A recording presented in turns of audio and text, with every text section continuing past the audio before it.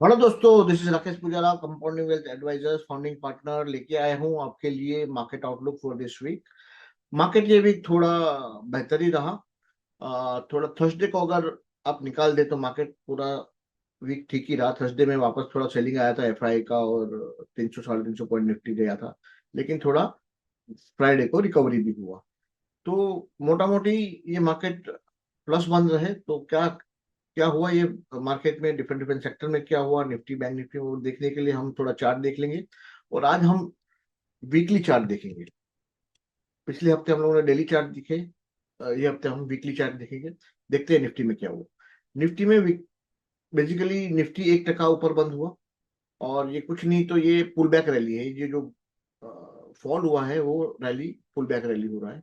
और अभी 20 week moving average पे वो रेजिस्टेंस ले रहा है। 20 वीक मूविंग एवरेज करीबन 24,300 पे है, तो वहां वो रेजिस्ट कर रहा है। तो 24,500 जैसे देखिए, थोड़ा वो रेजिस्टेंस एरिया ही बन रहा है। 24,000 डेली में भी ऐसा हो रहा है। और वीकली में भी कहीं ना कहीं 24,300 में रेजिस्टेंस आ रहा है। और मूविंग एवरेज अभी भी वीकली में देखिए राइज हो रही है ऊपर।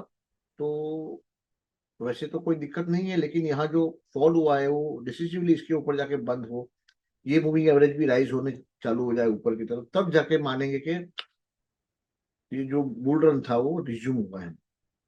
फिलहाल ऐसा ही मानेंगे कि जो फॉल है उसका पुल बैक है। यहाँ थोड़ा कंसोलिडेट हो सकता है, फिर वहां से अगर रिज्यूम करे ऊपर तो हो सकता है कि नए हाई की ओर जाए। सेकंड पॉसिबिलिटी ये है कि यहाँ से वो थोड़ा कंसोलिडेट करके वापस डाउन तरफ जाए। देखते हैं क्या होता है आगे जाके, लेकिन we have to analyse as the things move forward. Nifty से ज्यादा बैंक निफ्टी ये वीक में अच्छा रहा, काफी अच्छा कैंडल है उसका। तो लग रहा है मुझे बैंक निफ्टी आगे जाके भी थोड़ा आउटperform कर सकता है। डेली डेली में भी देखिए बैंक निफ्टी ऊपर गैप हुआ, और पूरा हफ्ता वो गैप उसने फिल नहीं किया। अपना गेन है वो मेंटेन किया, और सारी मूविंग एवरेज से ऊपर बंद है। तो कहीं ना कहीं बैंक निफ्टी बेटर है निफ्टी से। और वीकली में भी फॉर्मेशन ठीक ही है उसके। तो यहाँ पर ये जो है 1.8% उसने ऊपर बंद दिया, लेकिन ऊपर में प्राइस रिजेक्ट भी हुए। जब थर्सडे में काफी फॉल भी हुआ, और वहां जो गैप बना था सोमवार को वही भाव में बंद हुआ। 2% का गैप है, वहीं पे वहां पर बंद हुआ। Same way financial services, Nifty financial services भी सारी मूविंग एवरेज के ऊपर आ गया है वीक में। और निफ्टी से वो भी अभी भी स्ट्रांग है, कंपैरेटिवली वो स्ट्रांग है। Mid cap index was around 2.5% up during the week. तो कहीं ना कहीं मिड कैप में काफी ज्यादा बाइंग था। और स्मॉल कैप में तो उससे भी ज्यादा बाइंग था। स्मॉल कैप देखिए करीबन 4.75% गेन हुआ। तो एक अदानी का जो इशू था शायद वो सेटल होता दिख रहा था, और चार्जेस में कोई ज्यादा सीरियसनेस नहीं है ऐसा। जब भी मीडिया में रिपोर्ट आया तभी अडानी स्टॉक्स ने भी बाउंस बैक मारा, और उसके कारण मुझे लग रहा है स्मॉल कैप इंडेक्स ने भी बाउंस बैक मारा। और थोड़ा स्टॉक स्पेसिफिक एक्शन मार्केट में होने लगा है। और बॉटम अप अप्रोच रखना चाहिए अच्छे स्टॉक्स में। थोड़ा बाय ऑन डिक्लाइंस का ही व्यू है हमारा। और ये देखिए मिड कैप इंडेक्स भी 2.5% बढ़ा। ऑटो इंडेक्स एक्चुअली पूरे मार्केट ऊपर गया, लेकिन ऑटो इंडेक्स नीचे गया। तो इसको हम वीक सेक्टर मानते हैं और समझ रहे हैं कि यहाँ पर और कंसोलिडेशन होगा, और बिफोर इट राइजेस, क्योंकि ये ऑटो सेक्टर को सबसे पहला इम्पैक्ट होता है स्लो डाउन का। कल कुछ जीडीपी के नंबर आए, वो भी कुछ स्लो डाउन की तरफ ही इंडिकेट कर रहे हैं। तो हो सकता है गवर्नमेंट अभी थोड़ा स्टिमुलेट मेजर करे आने वाले समय में। उन्होंने काफी कुछ पैसा तो स्पेंड किया है 2 महीने में टू स्टिमुलेट द इकोनॉमी। और आगे जाके अगर इन्फ्लेशन कंट्रोल में आता है तो रेट कट की भी संभावना बन सकती है। Metal index again 2% up. Reality index 1.5% up. Consumption index 1% up. CPSE 2% up.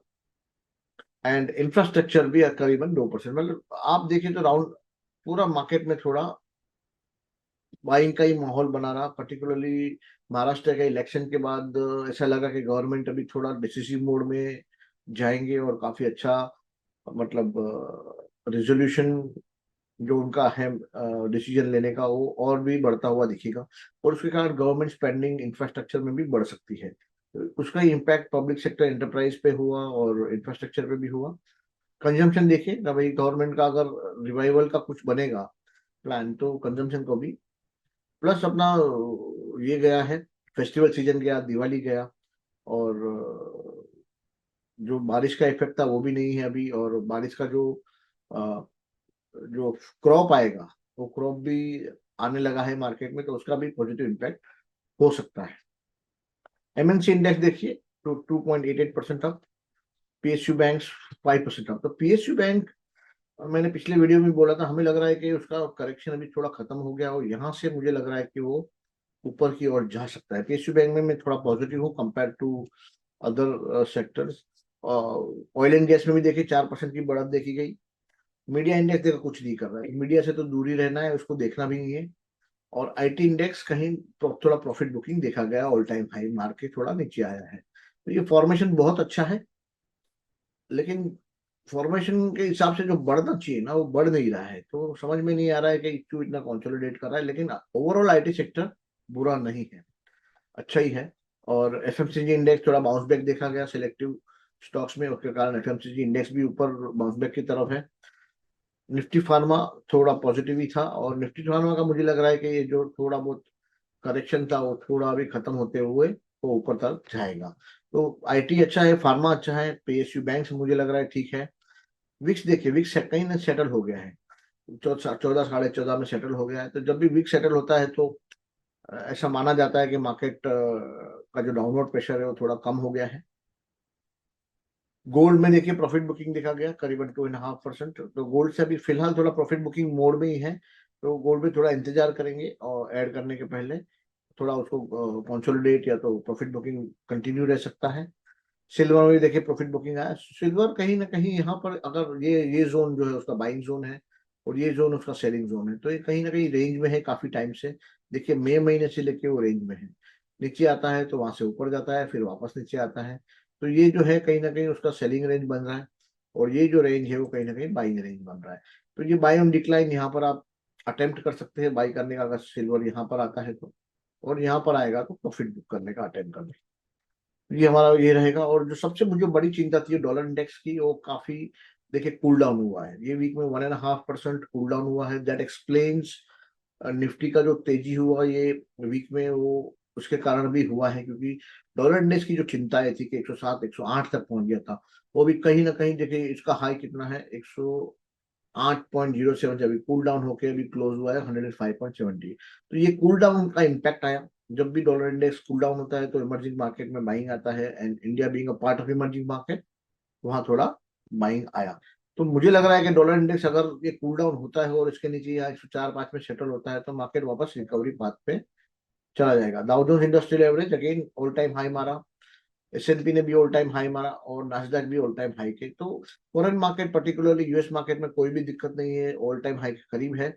और ट्रम्प शायद अभी एक सवा महीना 1.5 महीने के बाद वापस रिज्यूम करेंगे, और इट इज सेड के वो कॉर्पोरेट सेक्टर के लिए बहुत अच्छा है, टैक्सेशन पॉलिसी के लिए अच्छा है, और उसके साथ अर्निंग्स बढ़ सकती है, इसके लिए वहां तेजी बनी हुई है, और डॉलर भी स्ट्रॉन्ग था। डॉलर थोड़ा वीक हुआ है लेकिन it is good for India. ठीक है, तो ये था हमारा मार्केट आउटलुक। आगे मार्केट में रणनीति क्या होनी चाहिए, रणनीति बेसिकली यही है कि ये मार्केट जो है अच्छा खासा करेक्ट हुआ है।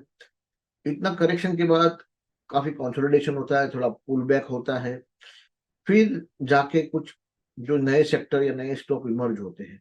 तो ये बॉटम अप अप्रोच रहेगा, यहाँ पर स्टॉक स्पेसिफिक एक्शन रहेगा, तो आपको अभी अपना रिसर्च एफर्ट बढ़ाना पड़ेगा। ऐसा नहीं पहले जैसे अभी 4-5 महीने पहले कैसे मार्केट था, जो भी लो वो बढ़ रहा था, और बेचो फिर नया लो तो वो भी बढ़ रहा था, तो वो बेच के तीसरी चीज लो वो भी बढ़ रहा था। अभी ऐसा नहीं है, अभी आपको बहुत सेलेक्टिव रहना पड़ेगा, और आपको बहुत ध्यान से लेना पड़ेगा, वैल्यूएशन कंफर्ट भी देखना पड़ेगा, और कहीं पे टेक्निकल से अगर सेटअप चेक कर रहे हो तो कहाँ सपोर्ट में है, कहाँ रेजिस्टेंस है, और आपका एनालिसिस का जो लेवल है थोड़ा एक नॉच अबोव लेके जाना पड़ेगा, तब जाके ये मार्केट में पैसा बनेगा। बाकी ये मार्केट थोड़ा डिफिकल्ट है पैसा बनाने के लिए, और संभल के काम करना चाहिए, और थोड़ा कूल डाउन करना चाहिए। दिसंबर जनरली सीजनली अच्छा महीना रहता है स्टॉक्स के लिए, तो वहां मुझे लगता है कि दिसंबर के महीने की जो बोयंसी है वो मेंटेन रहेगी, और उसके कारण वहां दिसंबर महीना जो है वो बाइंग साइड रह सकता है। बाकी ऊपर में 24,500 का रेजिस्टेंस है, नीचे में 23,250 का सपोर्ट है। तो ये रेंज बाउंड मार्केट रहेगा। और ऊपर में 24,500 टेस्ट कर सकता है, नीचे में अगेन 23,500 टेस्ट कर सकता है। तो ये रेंज रेंज पकड़ के चले और स्टॉक स्पेसिफिक रहे, यही हमारी सलाह है। और कोई अग्रेसिव पोजिशन अभी लेना दिखता नहीं है, थोड़ा मार्केट सेटल होने दे और भी, फिर हो सकता है कि अग्रेसिव पोजीशन बनाए। तो यही था मेरी तरफ से ये वीक का market outlook. Thank you very much. This is Rakesh Pujara signing off. Thanks.